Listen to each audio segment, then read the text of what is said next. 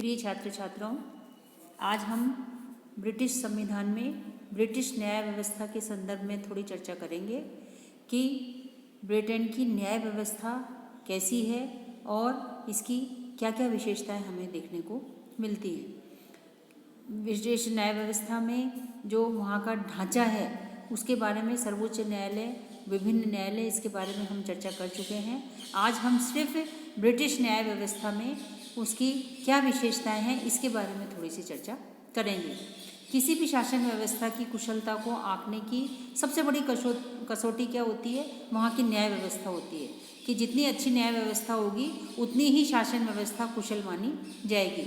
British न्याय व्यवस्था भी हम देखते हैं कि क्रमिक विकास का परिणाम है। आज भी वहाँ की न्याय प्रणाली पर हमें सामंती युग की छाप देखने को मिलती है, क्योंकि वहाँ की जो लाड सभा है वो सर्वोच्च न्यायालय के रूप में अब तक काम करती आई है। अब 2009 के बाद में वहाँ पर सर्वोच्च न्यायालय का गठन हुआ है। इससे पूर्व लाड सभा ही न्याय की सर्वोच्च व्यवस्था थी। न्याय अधिकांश वहाँ के जो कानून हैं वो वहाँ की सामाजिक प्रथाओं से बने हुए हैं, क्योंकि ब्रिटेन का जो पूरा संविधान है वो विधि परंपराओं के आधार पर स्थापित है, परंपराओं के आधार पर है। इसलिए कानून के स्रोत भी वहाँ की सामाजिक प्रथाएं ही हैं। ब्रिटिश न्याय व्यवस्था की कुछ विशेषताएं हैं जिन्हें हम बिंदुओं के माध्यम से पढ़ना चाहेंगे। इंग्लैंड की अपनी स्वस्थ कानूनी व्यवस्था पूरे विश्व में विश्वविख्यात है। ब्रिटिश न्याय प्रणाली की अपनी कुछ विशेषताएं हैं जिनको हम बिंदुओं के माध्यम से देखेंगे, जिसमें सबसे पहले है विधि का शासन। इंग्लैंड में विधि का शासन है। ब्रिटेन में विधि के शासन से तात्पर्य है कि वहाँ पर कोई भी व्यक्ति, चाहे वो सरकारी कर्मचारी हो, चाहे वो साधारण व्यक्ति हो, चाहे वो कितने भी उच्च पद पर आसीन हो, वहाँ पर प्रधानमंत्री से लेकर साधारण सिपाही तक प्रत्येक अधिकारी किसी भी अन्य नागरिक की तरह अपनी कानूनी व्यवस्था के लिए स्वयं जिम्मेदार है। वो एक ही कानून के अधीन है, सब पर एक ही कानून लागू किया जाता है वहाँ पर। तो ये विधि का शासन वहाँ पर सबसे प्रमुख विशेषता न्याय प्रणाली की हमें दिखाई देती है। दूसरी जो न्याय प्रणाली की विशेषता है, न्यायपालिका की स्वतंत्रता। ब्रिटिश न्यायपालिका अपने कार्य के लिए स्वतंत्र है और उसकी स्वतंत्रता की रक्षा के वहाँ पर कई उपाय भी किए गए। ऐसा नहीं है कि सिर्फ कहने को वहाँ पर स्वतंत्रता है, बल्कि उसके लिए विभिन्न तरह के संविधान में उपाय भी किए गए हैं।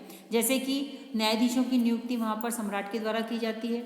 न्यायाधीशों का सम्राट के द्वारा भी नियुक्ति किसकी सिफारिश पर की जाती है? प्रधानमंत्री की अनुशंसा पर की जाती है। न्यायाधीशों की जो चयन है वो भी योग्यता के आधार पर किया जाता है।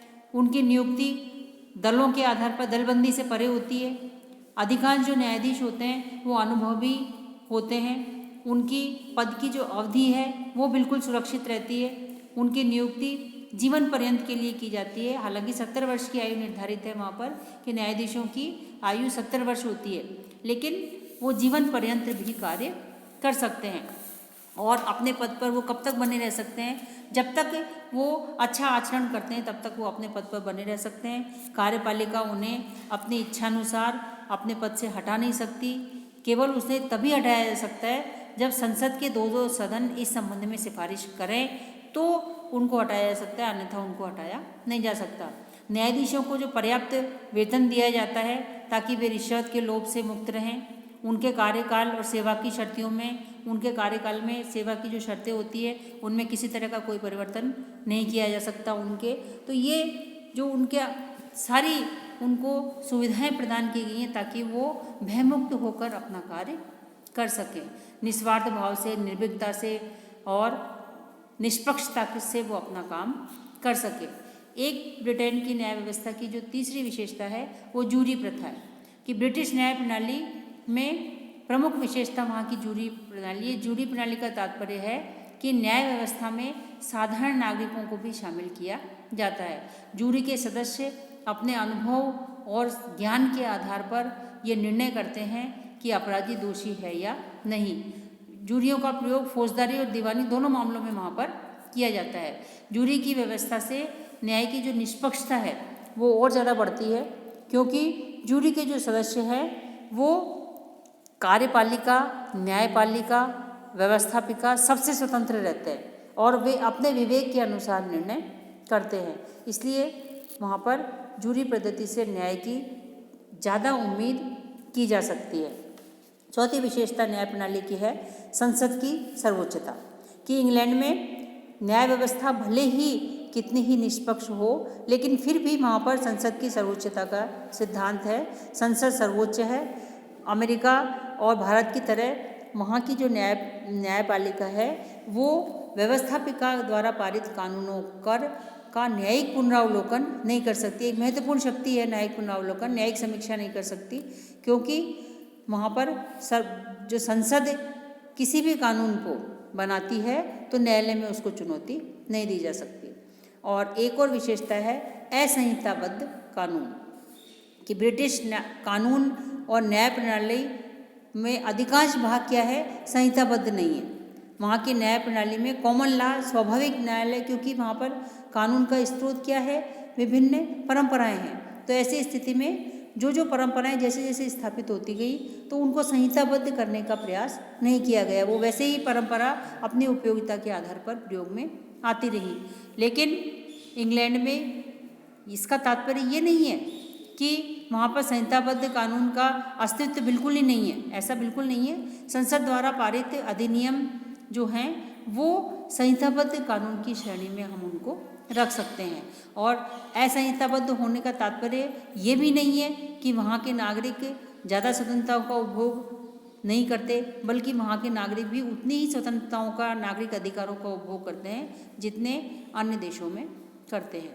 एक और जो विशेषता है वहाँ की न्याय प्रणाली की, कि एक सी न्याय पद्धति का अभाव। ब्रिटिश न्याय प्रणाली में एक उल्लेखनीय विशेषता है ये कि देश के जो विभिन्न प्रदेशों में अलग अलग न्याय प्रणाली प्रचलित है। हम अभी तक अलग अलग न्याय प्रणाली प्रचलित थी। वेल्स में अलग है, इंग्लैंड में अलग है, स्कॉटलैंड में अलग है, उनके संगठन अलग है। लेकिन 1863 और 1876 के बीच में वहाँ पर न्याय व्यवस्था में सुधार करने के उद्देश्य से विभिन्न कानून पारित किए गए और उसके द्वारा न्यायालयों का पुनर्गठन वहाँ पर किया गया।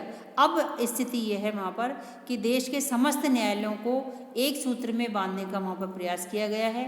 अब केवल जस्टिस फॉर पीस के जो न्यायालय हैं उनको छोड़कर सभी न्यायालय एक सूत्र में बंध गए हैं। और न्यायालयों के क्षेत्राधिकार में जो समस्याएं हुआ करती थी वो समस्याएं भी इसके कारण अब दूर हो गई हैं। और एक और विशेषता है वहाँ की न्याय प्रणाली की, जो कि अधिकांश न्याय व्यवस्थाओं में होती है, निर्दोषिता की मान्यता। निर्दोषिता की मान्यता से तात्पर्य है कि कोई भी व्यक्ति तब तक निर्दोष माना जाएगा जब तक उसके खिलाफ वो अपराध सिद्ध नहीं हो जाता न्यायालय के द्वारा, तब तक उसको हमेशा क्या माना जाएगा, उसको निर्दोष माना जाएगा। और इस आधार पर कोई भी अभियुक्त अपने बचाव में ये दलील नहीं दे सकता वहाँ पर कि अमुक कार्य जो एक दंडनीय अपराध है उसको ज्ञात नहीं था। मतलब कानून व्यवस्था ये मानकर चलती है कि प्रत्येक व्यक्ति को कानून जानता है, प्रत्येक व्यक्ति उसको समझता है और उसके साथ साथ ही वो उन कानूनों में विश्वास भी करता है। इसलिए वहाँ पर किसी को इस बात से वंचित नहीं रखा जा सकता कि वो जानता नहीं है कानून को इसलिए वो निर्दोष है या इसलिए उसने अनजाने में कोई अपराध किया है, ऐसा नहीं है। बल्कि न्यायालय ये सिद्ध करते हैं कि कोई व्यक्ति निर्दोष है या नहीं। लेकिन जब तक न्यायालय सिद्ध नहीं करते तब तक उस व्यक्ति को निर्दोष नहीं माना जा सकता। और न्याय व्यवस्था की एक आधारभूत वहाँ पर सिद्धांत है, ये माना जाता है कि चाहे अपराधी 10 अपराधी हैं उनको दंड नहीं मिले, लेकिन एक निर्दोष यदि व्यक्ति कोई है तो उसे कभी दंडित नहीं किया जाना चाहिए। और एक और विशेषता है निःशुल्क कानूनी सहायता और परामर्श, कि ब्रिटेन में न्यायालय के द्वार सभी के लिए खुले। प्रत्येक व्यक्ति, ये तभी संभव होता है जब प्रत्येक व्यक्ति इतनी सामर्थ्य रखता हो कि वकील की सेवाएं वो हासिल कर सके। निर्धन लोगों के लिए न्याय के समक्ष समानता का कोई मूल्य नहीं है।